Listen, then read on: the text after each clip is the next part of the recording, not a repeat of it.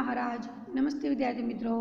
हमने पुस्तक हमारे मित्र इकाई का पठन किया। अब हम अभ्यास और स्वाध्याय समझेंगे। प्रश्न 1, अगर आप किसी को चिट्ठी लिख रहे हैं तो पता किस क्रम में लिखेंगे? नीचे दी गई जगह में लिखिए। गली मोहल्ले का नाम, घर नंबर, राज्य का नाम, खंड का नाम, कस्बे या शहर या गांव का नाम, पिन कोड नंबर हमें लिखना है। मित्रों, यहाँ मैंने जो पता लिखा है उसे ध्यान से देखिए। गली मोहल्ले का नाम यानी कि मातृ स्नेह सोसाइटी, और 23 जो है वह घर नंबर यानी कि 23 मातृ स्नेह सोसाइटी, करमसद 388 325। इस क्रम में आपको पता लिखना है। आपने इस क्रम में ही क्यों लिखा, चर्चा कीजिए। मित्रों, हमने इसी क्रम में पता क्यों लिखा? अगर हम क्रम में पता लिखेंगे तभी चिट्ठी अपने सही स्थान पर आराम से पहुंच सकती है, इसीलिए हमें सही क्रम में लिखना बहुत ही ज़रूरी है। प्रश्न नंबर 2, प्रारूप के आधार पर मित्रों को जन्मदिन बधाई के संदर्भ में पत्र लिखिए। मित्रों, यहाँ आपको जो प्रारूप दिया गया है उसी के आधार में पत्र लिखना है। भेजने वाले का पता यानी कि पहले यहाँ 2 लाइन में हमें भेजने वाले यानी कि जो पत्र लिख रहा है बराबर उसका पता हमें लिखना है। फिर दिनांक और फिर जिसे पत्र लिखा गया है उसे संबोधन करना है। यहाँ देखिए 23 मातृ स्नेह सोसाइटी, करमसद 388 325। यहाँ मैंने भेजने वाले का पता लिखा है। फिर दिनांक 28 दिसंबर 2020, यह आज की दिनांक मैंने लिखी है। फिर लिखना है संबोधन, प्रिय मित्र। संबोधन करने के बाद हमें अभिवादन करना है। नमस्ते, नमस्ते, नमस्कार, जय हिंद, जय भारत, कोई भी शब्द आप लिखकर अभिवादन कर सकते हैं। आगे देखिए मित्रों, हमने पता लिखा, दिनांक लिखी और संबोधन भी किया। अब हम अभिवादन करेंगे। यहाँ पर अभिवादन की शुरुआत हमें करके दी है। कई दिनों से तुम्हारा पत्र नहीं मिला, अब आगे हमें लिखना है। तो देखिए किस तरह लिखेंगे हम। यहाँ हमें वाक्य पूर्ण करना है। आशा है वहाँ सभी सकुशल होंगे, मैं भी यहाँ कुशल से हूँ। इस प्रकार हमें यहाँ अभिवादन करना है। अभिवादन करने के बाद हमें दूसरा पैराग्राफ लिखना है, पत्र लिखने का कारण, यानी कि पत्र हम किस वजह से लिख रहे हैं। तो कारण हमें इस तरह बताना है। तुम्हारा जन्मदिन 27 दिसंबर को है। रविवार होने के कारण सभी साथ मिलकर जन्मदिन मनाया। मेरी परीक्षा होने के कारण मैं नहीं आ पाऊँगा, मुझे माफ़ करना। तुम्हें जन्मदिन की बहुत बधाई। परीक्षा समाप्त होते ही मैं तुमसे मिलने ज़रूर आऊँगा। एक बार फिर से जन्मदिन की बहुत बहुत बधाई। इस प्रकार हमें पत्र लिखने की वजह बतानी है।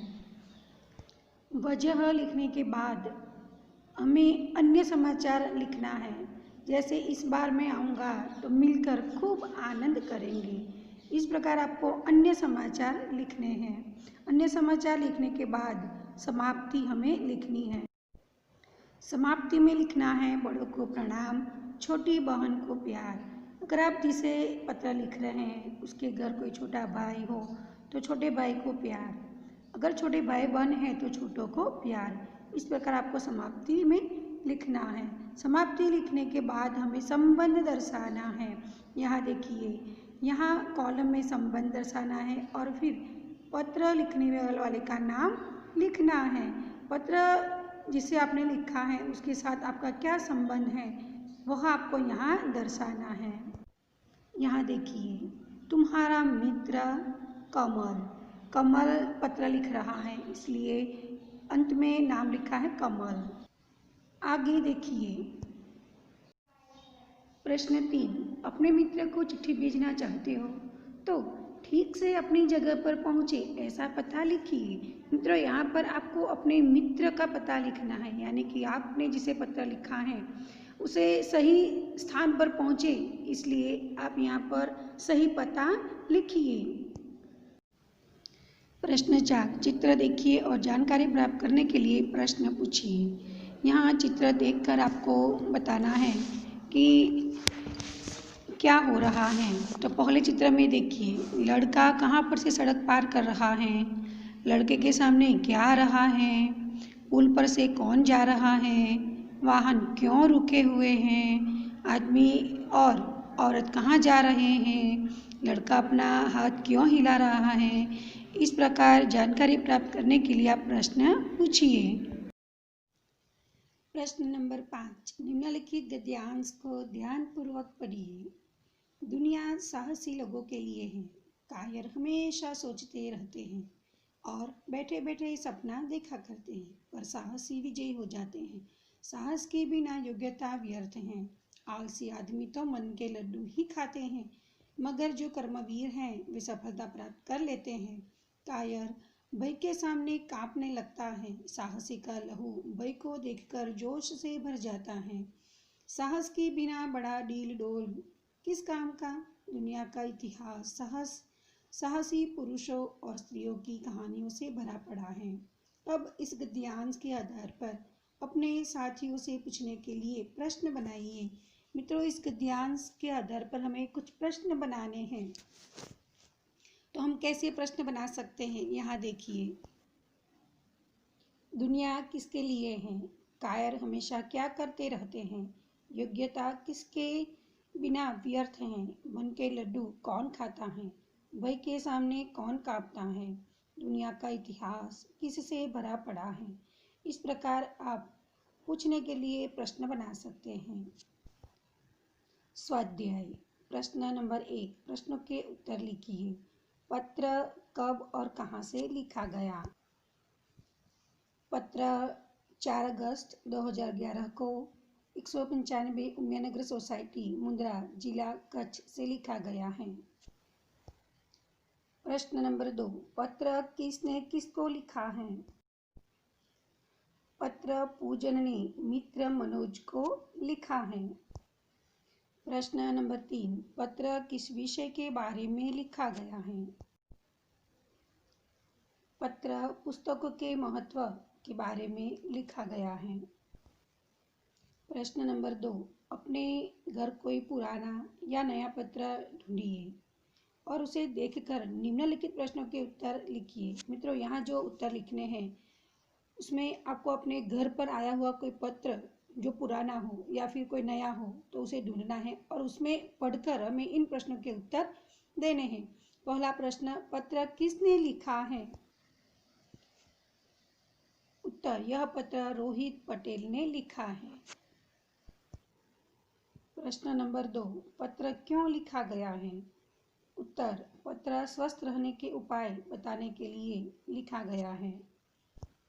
प्रश्न नंबर 3, पत्र कौन से दिनांक को लिखा गया है? उत्तर, पत्र 13 अगस्त 2008 को लिखा गया है। प्रश्न नंबर 3, पत्र भेजने के लिए आमतौर पर पोस्ट कार्ड, अंतर्देशीय पत्र या लिफाफा इस्तेमाल किया जाता है। डाकघर जाकर इनका मूल्य पता कीजिए। यह भी पता कीजिए कि इनमें क्या अंतर होता है। यहाँ देखिए, पहला है पोस्ट कार्ड। आपने पोस्ट कार्ड देखा है? देखो, यह पोस्ट कार्ड का चित्र है। पोस्ट कार्ड खुला होता है। इसमें लिखने के लिए अधिक जगह नहीं होती। इसका मूल्य 50 पैसे है। दूसरा, अंतर्देशीय पत्र। यह देखो, अंतर्देशीय पत्र का चित्र है। अंतर्देशीय पत्र, इसे लिखने के बाद 3 ओर से मोड़कर बंद किया जा सकता है। इसका उपयोग केवल अपने देश में ही हो सकता है।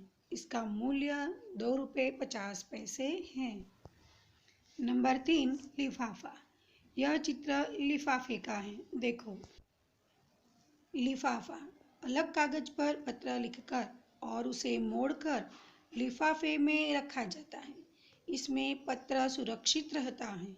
लिफाफे पत्र के अलावा प्रायः बहनें अपने दूर रहने वाले भाइयों को राखी भेजती हैं। इसका मूल्य ₹5 है। प्रश्न 4, अपने आसपास की किसी भी घटना का वर्णन करते हुए अपने मित्र को पत्र लिखिए। जैसे कि नदी में बाढ़ आना। यहाँ उदाहरण दिया गया है नदी में बाढ़ आना। आप किसी भी घटना का वर्णन करते हुए अपने मित्र को पत्र लिख सकते हैं। घटना का अर्थ होता है प्रसंग। तो यहाँ मैंने एक प्रसंग का वर्णन करते हुए पत्र लिखा है। आप भी अपनी ओर से अन्य को भी पत्र लिख सकते हैं। यहाँ देखिए, आपने किए हुए प्रवास का वर्णन करते हुए मित्र को पत्र लिखिए। पत्र लिखते समय हमें पहले पता लिखना है। 15 आनंद निवास, कालबा देवी रोड, मुंबई 400002। पता लिखने के बाद हमें दिनांक लिखनी है 31/12/2020। दिनांक लिखने के बाद हमें संबोधन करना है प्रिय मित्र, फिर अभिवादन करना है नमस्कार। कल ही मुझे तुम्हारा पत्र मिला। तुम्हारी दीदी की सगाई की खबर पढ़कर बहुत अच्छा लगा। अभिवादन करने के बाद हमें मुख्य विगत पत्र लिखने का कारण लिखना है। पिछले रविवार को हमने प्रवास का आयोजन किया था। सुबह 9 बजे हम सब परिवार के सभ्य गेटवे ऑफ इंडिया पहुंच गए। वहां एक मोटर बोट में बैठकर हम एलिफेंटा के लिए चल दिए। एलिफेंटा का वास्तविक नाम दारापुरी है। हमने वहाँ की प्राचीन गुफाएं देखी। कई गुफाओं में बुद्ध की प्रतिमाएं हैं। एक गुफा में ब्रह्मा, विष्णु और महेश की त्रिमूर्ति हैं। उसने हम सबका मन मोह लिया। हमने वहाँ के एक होटल में खाना खाया। कुछ समय हमने विश्राम करने और खेलने में बिताया। शाम को 5 बजे हम मुंबई लौट आए। इस प्रकार हमें मुख्य विगत लिखनी है। मुख्य विगत लिखने के बाद अन्य समाचार लिखना है। हमारा यह एक दिवसीय प्रवास बहुत ही अच्छा रहा। उसकी याद आज भी हमारे मन को प्रसन्न कर देती है। अन्य समाचार लिखने के बाद समाप्ति में लिखना है, अपने माता पिता से मेरा प्रणाम कहना, शीला दीदी को बधाई। फिर अंत में पत्र लिखने वाले का संबंध दर्शाना है, यानी कि जिसे पत्र लिखा गया है उसके साथ क्या संबंध है। तुम्हारा मित्र संजय। इस प्रकार हमें पत्र लेखन करना है। इतना जानिए, पेशे वाले लोग यानी व्यवसायकार। गुजराती में उसे कहते हैं धंधादारी व्यक्तियों। यहाँ हिंदी नाम दिया गया है और पास में उसका गुजराती। कुंजड़ा यानी काच्यो यानी जो सब्जी वाला है, सब्जी बेचता है, उसे हम कुंजड़ा कहते हैं। घड़ीसाज यानी घड़ियाड़ी। बजाज कापड़ियों। जिल्द साज बुक बाइडर। खरादी संगाड़ियों। खटबुना खाटलो भरनार। तमोली तंबोड़ी पानवाड़ो। पंसारी गांधी। हलवाई कंदोई। सौदागर व्यापारी। मित्रों, इन नामों को आप अच्छी तरह से याद कर लीजिए। नीचे कुछ चित्र दिए गए हैं, देखिए। पहला चित्र है भारतीय डाक यानी इंडियन पोस्ट का यह चित्र है। दूसरा चित्र देखिए, डाक पेटी। हर डाकघर के पास आपको यह पेटी दिखाई देती है।